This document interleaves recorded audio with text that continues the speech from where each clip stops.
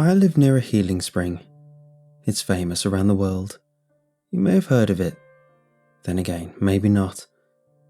It's a well-known tourist trap about half an hour away from my house by car, so I can go there anytime I like. Others have spent their entire lives saving up, dreaming of going there, hoping to heal their terminal illness or broken body after hearing a story in the news or from a website. And it works. Not all the time, of course. But every once in a while, someone steps into the little lake and comes out completely healed. X-rays and CAT scans, MRIs and ultrasounds, they confirm the impossible. The doctors will even tell them, "This is a miracle." The church will be notified and it gets put into writing that a person was supernaturally healed. These types of documented events are extremely rare. Each miracle is closely followed up on, and if the healing isn't permanent, it is no longer considered a miracle. But that's never happened to my knowledge. Whatever goes on down there, under the murky mineral water, it sticks. The thing is, I've always been suspicious of the world-famous healing spring. The church is so secretive about it. They refuse to allow any scientific experiments to be done on the water or soil there. This is despite the fact that everything from cancer to MS to bone degeneration have been cured by the mystery water. They've owned the land for centuries. I asked permission once to take some scuba gear into the water and try to run some tests, and they refused vehemently.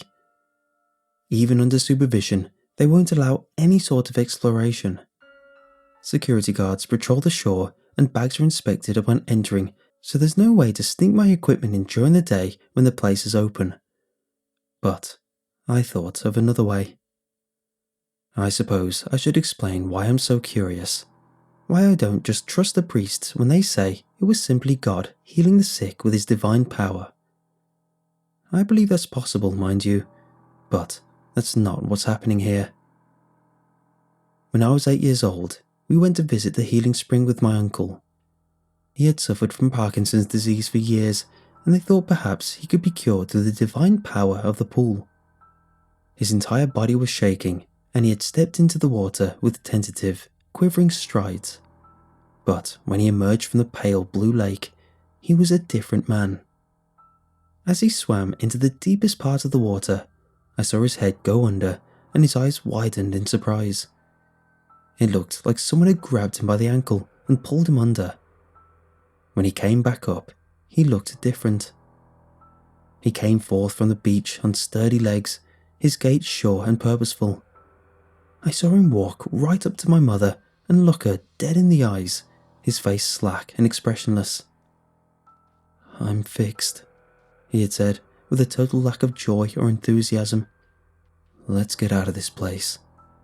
As he spoke, I thought to myself, this man is not my uncle anymore. But of course, my mom refused to believe it.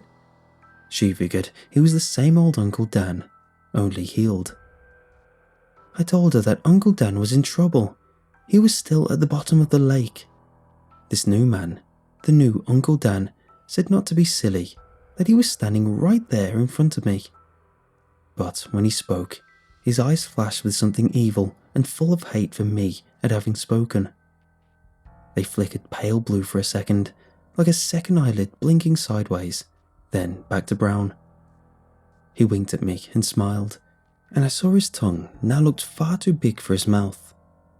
It was bunched up and folded over, crammed into his maw like dinner leftovers in a bowl too small to hold them all. His yellow, smoke-stained teeth were now white as snow, and he grinned widely, showing them to me. I tried to tell myself it was just my imagination, but I knew it was true. I was just lying to myself because I was scared. Who am I kidding? I was petrified. The new Uncle Dan was not a nice man. Whereas my old uncle had sung and joked and danced on his wobbly legs, this man was serious, mean, and quick to anger. If I dropped something or took too long to get him a drink, he was always thirsty now, he would turn bright red and scream at me in a deep and terrible voice. "Hurry up, you little turd. What the hell is taking your stupid ass so long? He would yell and scream and curse. He never joked anymore. Before that, he always had a joke or two. My mom stopped visiting him after a few months, and then pretty soon they barely spoke. But she never admitted I had been right. She stubbornly insisted that this doppelganger, this imposter, was still her brother. He had to be. I knew she was wrong, and worse yet, I had a feeling, a very overwhelming inkling, that Uncle Dan was still down at the bottom of that lake. It was like he was calling out to me to help from down there. If I could only find his body, I could prove the man wasn't really him, that he had simply stolen my uncle's life. So, one night, when I was in my early 20s, full of pride and fearfulness, I made my way over to the property. I had all my gear, my flippers, wetsuit, air tank, regulator, hoses, a waterproof camera, flashlight, and everything else I needed.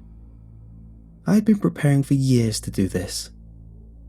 I drove past the gated entrance a little ways and parked at the side of the road in the tall grass. I got out of my car and made my way through the forest towards the little lake. The night sky was clear and cloudless. The full moon shone up above and it lit my path as I walked through the brush. I had to hide once or twice when I saw the flashlight beams of security guards patrolling the area, but kept moving again once they had passed by. I slipped through the wood as quickly and quietly as I could, making my way towards the healing pool further within the property. The security guards were everywhere, dozens of them. Why did they need such protection for a little lake, I wondered. It only convinced me further that something sinister was happening there. After a few close calls, once nearly walking right into a guard, only avoiding detection just barely, I reached the water's edge. The surface was still and black, reflecting a mirror image of the stars and moon above.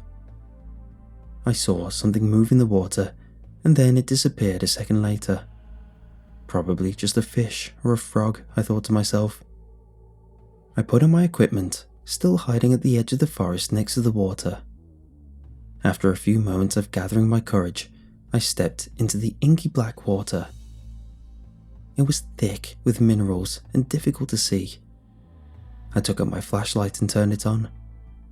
The visibility was still poor, but slightly better now. I kicked my legs and I was propelled forward into the depths, my flippers making the work easy. I'm not sure exactly what I was expecting to find down there, but I definitely wasn't expecting what I saw next. Those looked like giant figs, I remember thinking to myself. Have you ever eaten a fig? You know when you cut one open and inside are those little tiny alien-looking finger hairs, like cilia on a microscopic cell, but larger? They group together like a mouth in the middle. That's what I saw. There were dozens of them, and they dotted the floor of the lake. They opened up like flowers blooming as I approached, and at the center of each large fig mouth was a white bulb the size of a cantaloupe. They appeared to be plants growing on the bottom of the lake, but they were massive, over 15 feet tall. I'd never seen anything like them before in my life. They were purple and gold and moved as if they were alive. As I got closer, I saw strange vines as well, coiled like snakes at the base of each plant. I swam down to look and saw they were moving around like snakes. The white bulb at the center of the plant closest to me moved suddenly. I was far too close to it, I realized too late, my heart pounding with fear. The white round thing rotated downwards, and I saw what looked like eyes staring at me from it. I couldn't pry my eyes away, despite my rising terror. I looked closer and realized whose eyes they were. It was Uncle Dan. Only his face was pale and bloated. His brown eyes were wide and afraid, just as they looked that day when he went under the water and disappeared, almost 20 years before. His entire body was enveloped by the cilia of the mouth.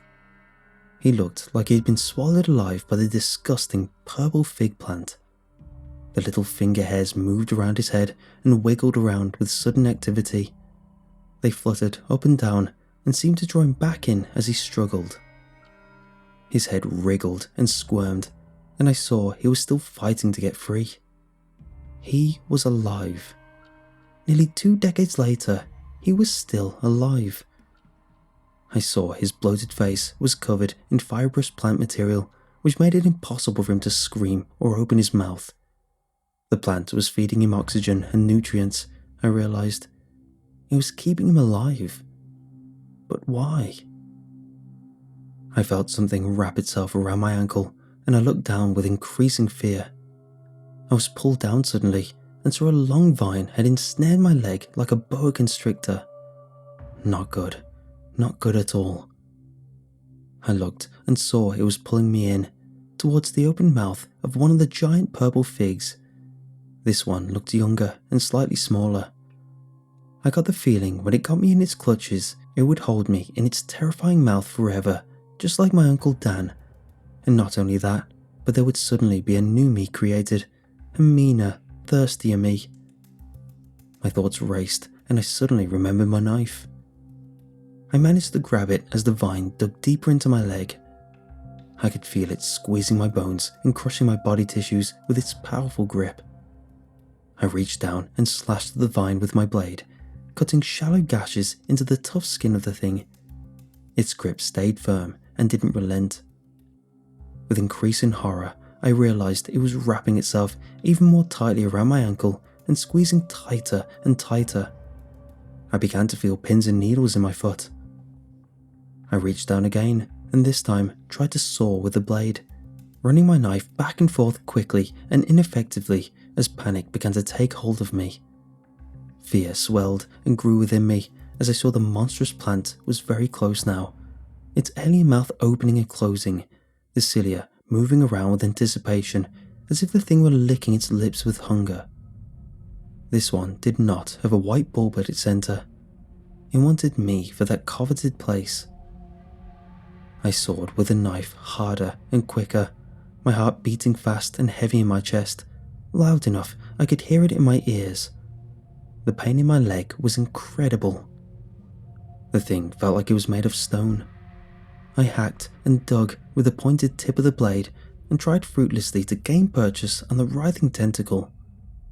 The knife slipped and skidded painfully into my skin, causing me to wince in sudden sharp pain of another variety. Another vine came up and began to pull at my mask, trying to rip it off my face.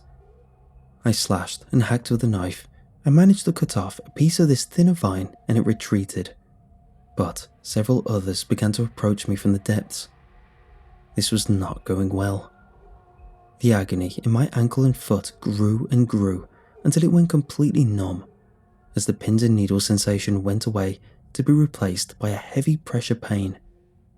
I pictured my foot turning increasingly darker shades of purple. At that moment, I was beyond desperate. The pain in my leg was worse than anything I had ever thought possible, and my hacking and sawing at the vine was making no progress. I took a deep breath and began to saw at my own leg, rather than the tentacle that had ensnared it, making quick progress on the flesh below the kneecap. Compared to the vine, my leg made for easy work. The knife cut through the skin and tendons like it was a tough steak. The pain was terrible, but the idea of getting free was better, and I continued sawing, biting down on the regulator mouthpiece and trying desperately to keep breathing. I reached the bone and continued to saw with the serrated part of the blade. I was making tiny bits of progress and starting to become slightly more hopeful when one of the vines pulled off my face mask and another yanked the regulator out of my mouth. I managed to get one last good breath in before my air source was pulled away. I held my breath and swung the knife wildly, trying to scare the tentacles off, then went back to my leg. I was through the bone. Finally. My hand continued to saw through the other side, and I felt a huge weight drop off below me as my dismembered foot fell down into the depths. Kicking with my one remaining leg, I swam up to the surface. The other vines brushed against me as I escaped, but I managed to get away without any of them managing to grab onto me. I got up to the surface of the water and took huge, gasping breaths of the fresh air. My legs screamed in agony and I struggled towards the beach. When I got there, several security guards were waiting for me. I got the impression they had no idea what happened beneath the lake. At the bottom, they were simply hired goons. Their faces regarded me with pity as I coughed up water from my lungs and screamed in pain. "You lose your other leg?" one of them asked dully. Luckily, they felt bad for me and dialed 911 before calling their bosses. I managed to escape from the place in the back of an ambulance and wound up in a nearby hospital on the trauma unit there. I was there for over 3 months. After multiple surgeries, they managed to make a stump that could be fitted for prosthesis. The nurses and doctors were amazed, giving me encouragement and support as I made my healing journey, as they called it. I guess I shouldn't laugh. It really was a trip. I worked with prosthetists and occupational therapists, physiotherapists and orthopedic surgeons, rehab specialists, and finally outpatient treatment clinics. It was at one of my infrequent visits to one of those clinics recently that something happened which prompted me to write this. I was sitting on the steel table in the examination room, trying not to slide off and tumble down to the floor as the disposable paper covering slipped beneath me. The occupational therapist walked in with a student at her side. They regarded me for a moment and looked at the clipboard together as one. Their eyes looked up at me from the clipboard, 2 pairs together at the same time. Their eyelids didn't close, but I saw them blink a second set of eyes sideways. Their irises flicked a pale blue for just a second, and they smiled at me. "What are you doing here?" the occupational therapist asked me. "Didn't you hear about the healing spring? It's very close. We can show you." Her long tongue slipped out of her mouth as she spoke, and she poked it back in. A thick purple and gold vine